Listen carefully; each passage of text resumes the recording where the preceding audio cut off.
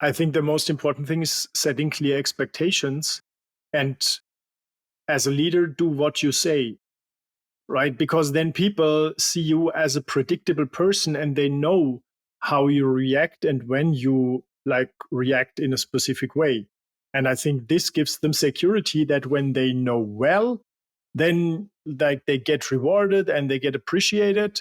And when they don't do well, but come up with an idea how to do it better, they get also rewarded and appreciated instead of punished.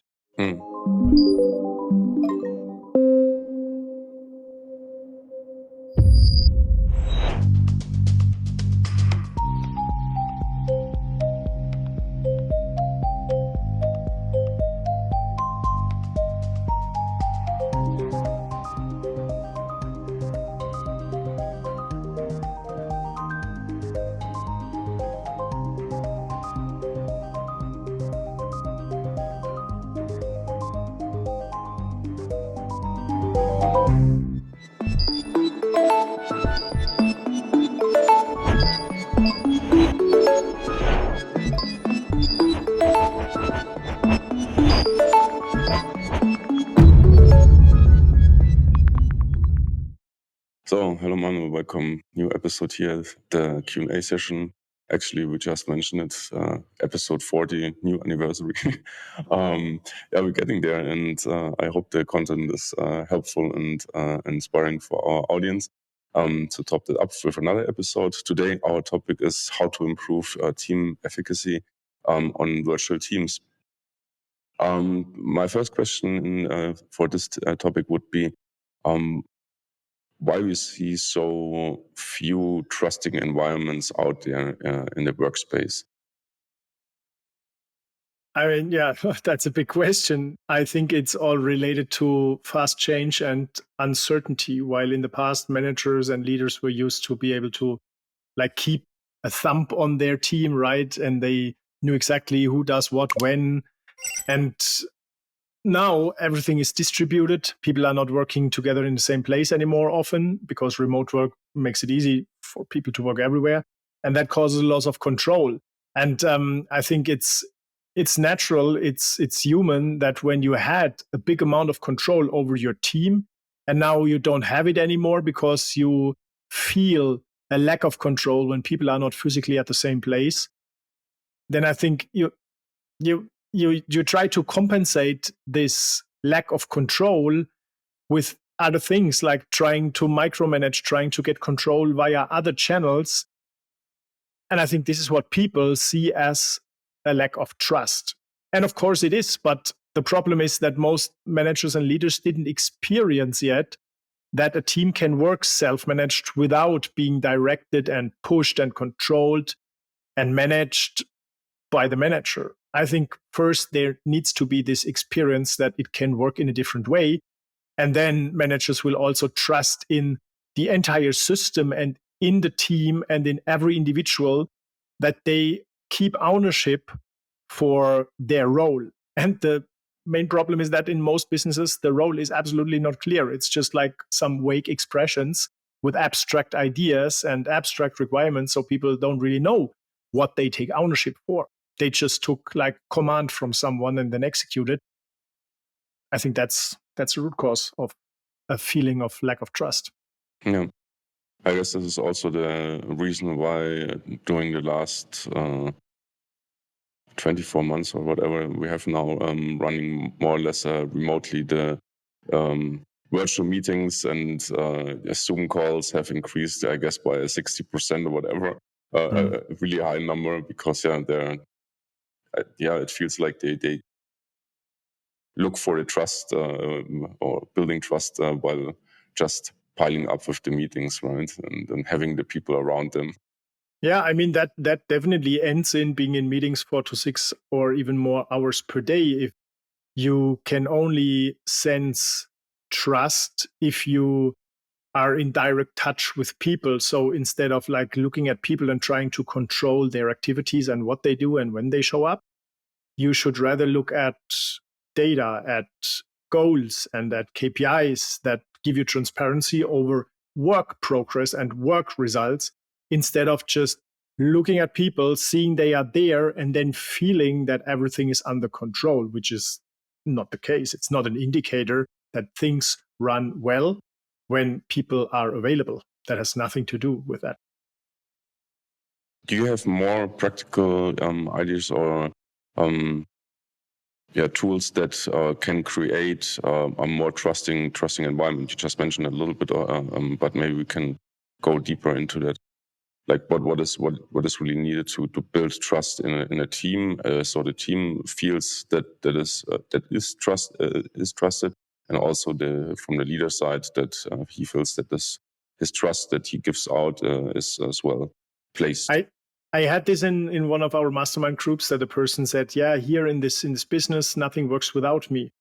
Right. And even if this person already had a good structure, they had a quality standard, they had their roles clearly defined, but still this person did all the preparation, which is good, and then was still involved in everything.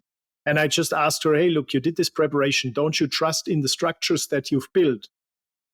And she said, "Yes, I trust in the structures I've built." And then I asked her, "Okay, and do you trust that your team knows what they should do? And did you train them so that you can trust?" And she said, "Yes, we've created these onboarding videos. We trained them. I did a final test so they know what they should do and how." It's okay. Everything was prepared.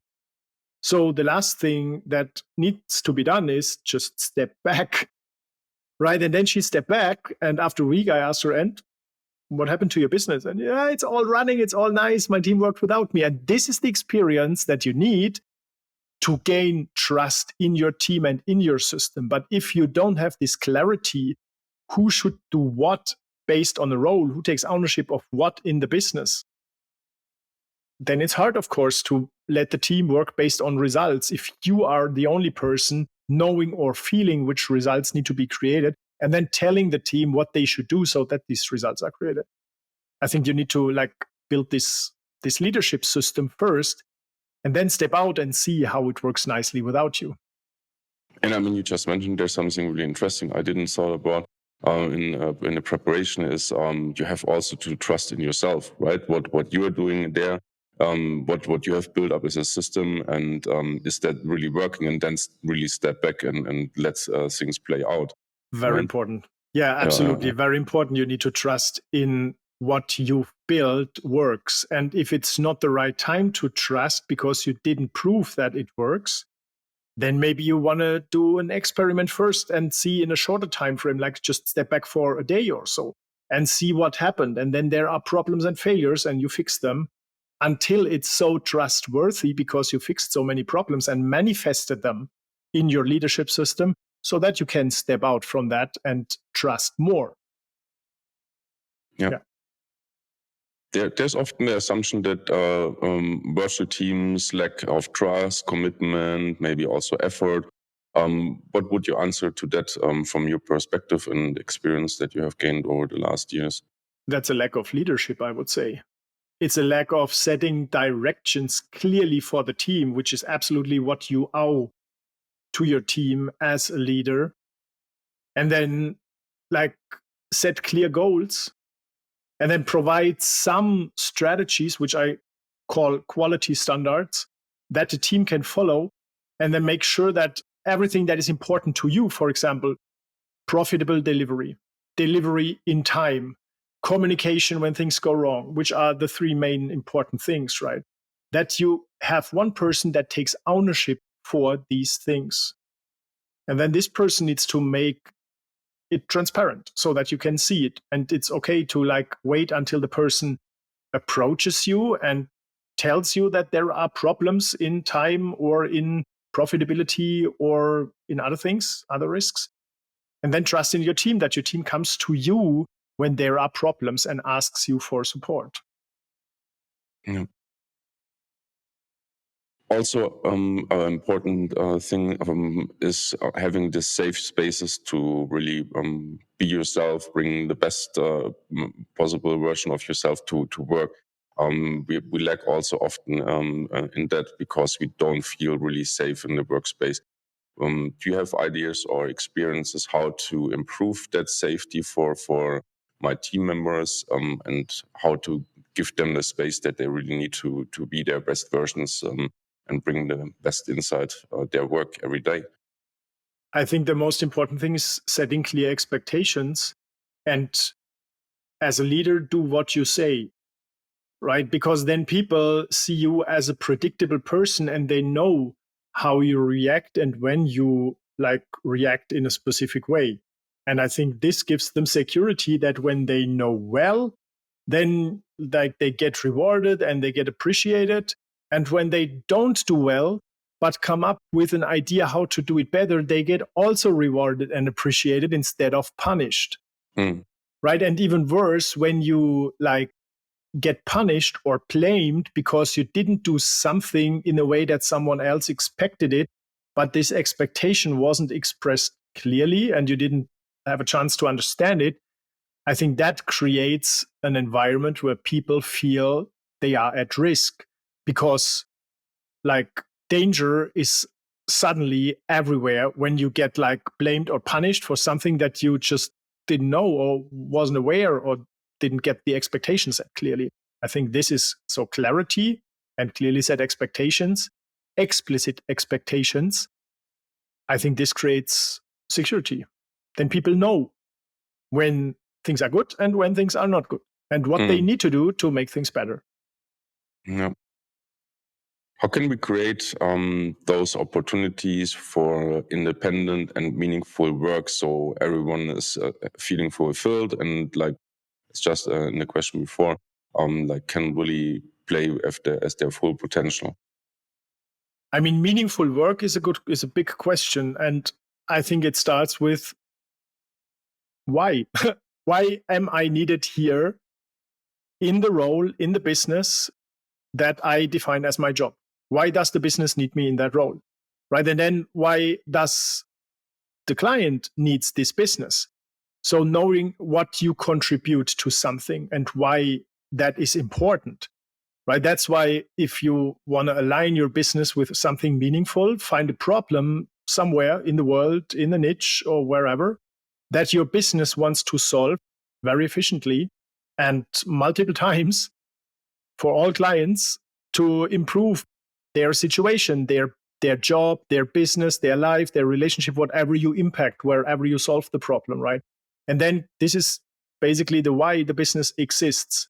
And you also need to make that transparent to your team so that they know to what they contribute that is bigger than they are. And then I think, it's again a leadership topic. You set the direction, which is which problems do we solve for whom and why is that important for these people? And then you align everything in your business so that people and systems and structures contribute to solving this problem efficiently. Yeah. Talking about systems, and I think you also mentioned before transparency. What can I do to implement transparent evaluation and communication system in my company? I mean, transparent evaluation should come from systems that give you feedback, not from the opinions of other leaders. I mean, that is also one kind of feedback, but that's not the only source of truth. If I think that you, Daniel, are not doing well, right? What is the truth is if we can look at numbers and KPIs that show the performance of you doing the work aligned with what the business should do. For example, now you create a podcast, right? And the podcast has the purpose to educate our audience, build trust, build awareness. And we want to get more people listening to the podcast. Because when we get that, we will get more leads. So we will get more clients. When we get more clients, we help more people solve their problems. And that makes our business grow. So when I want you to see how your performance is, look at the growth rate, how many listeners you have per month of your podcast, then you know if your work is effective. And I think this is the only thing that needs to be there to evaluate if a person does a good job. And then if the answer is not, you want the person to come to you and ask, hey, I have no idea, I can't figure it out. How can I make this better? And then we have a coaching conversation. Yeah. How can a team get unstuck and really start with a transformational process that leads to more efficacy in the end? I think it again starts with setting the goal, and then measuring the progress, right? For example, if you have a marketing team that is stuck, what does that mean? Do they not know how to win more leads, or do they not know how to convert more leads into sales qualified leads, or is their ad spend too high? So what is the problem, right? Knowing that is 50% of the solution. And when people say, oh, I'm stuck, you really need to find what exactly are you talking about? Is it just a feeling? Don't you feel well? Okay, that's one thing we can solve, right? But is it something else? Is it like the ad spend, or what I described previously? And figuring this out is really the key to find a solution. And then just like look at when, it's so easy to solve a problem when you know the problem. When you really know the problem, it's not hard to solve it. You go to Google and search for how to, and then solve this problem. And you will find a ton of advice, and you can find people that solved this problem in the past. But very often people just say, oh, I'm stuck and our marketing doesn't work, but no one can help you with that. You need to be more specific about where are you stuck and what doesn't work. And then you can fix that. I think this is so important that the business provides leadership and coaching to help people understand their exact problem. Last question from my side, Manu, today. Can you maybe share some outcomes you have observed and discovered implementing those steps you just mentioned in our conversation before, and what has maybe changed and how things are today? So you see that in our marketing team where you lead the meetings as a process owner, right? And now we are talking about numbers and KPIs, and people know what they are doing, why they do it, how they should do it, and we can make decisions based on numbers. I mean, if you ask me, we could be even better, but if you ask me, we could always be better. But still, when I look back like 1 or 2 years ago, we are like knowing exactly what we are doing, how the funnel works, at which numbers we need to look at, and which numbers are owned by whom in the team, so that these numbers are the mechanism that provides feedback to these people, instead of me telling, you are doing well and Joanna is doing well, but the other guy is not doing well. So this is just subjective. People see based on numbers and they improve the numbers. So that's I think, a good work environment where people can grow, can thrive, can be supported, instead of being blamed and doing meaningless work. Yeah. And I think what you just mentioned, like this process and steps we did there in this team, they did cost some work and some time. It wasn't done from yesterday, and today was a process. And but I think many business owners or team leaders are like, maybe, I don't know, not scared, but they avoid to do this kind of work, right? Yeah, I mean, the thing is, everything that you want to build up as an asset, as a system, as a team, it's always work involved. And you don't have to do that. The question is, if you just continue running or growing your business like you do it today, how will that be for you personally and for your business in 1, 2, or 5 years from now? Is that the right way to do it? Then do it. There is no need to change anything. But if this is not the case, find your problem and then build something up that solves this problem effectively.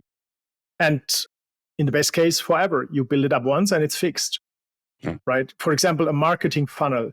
It's a great leadership tool for the team to work on that funnel, tweak it and adjust it, and get feedback by the numbers of the funnel, instead of like saying, okay, we need to generate leads. And they always say we need to generate leads. And everyone knows that they need to generate leads, but no one knows how they should do it and why they are not generating enough leads, right? This funnel gives you exact feedback where and why, and it tells you where you need to improve. Yeah. Exactly. Any closing remarks from your side, or something that I haven't asked you and should have? I mean, how to build self-managing teams. We can put the link that is also on the front page of FlashHub linked below the show notes, because there you will see how build quality standards, which roles you need, and how all that aligns. That would be valuable for people that are still with us now. Yep. Let's hope there are some. Cool. Manu, then thank you very much for participating in episode 40 of the Q&A session. See you next week for the 41. Cool. Thank you. See you next week. Bye-bye. Bye-bye.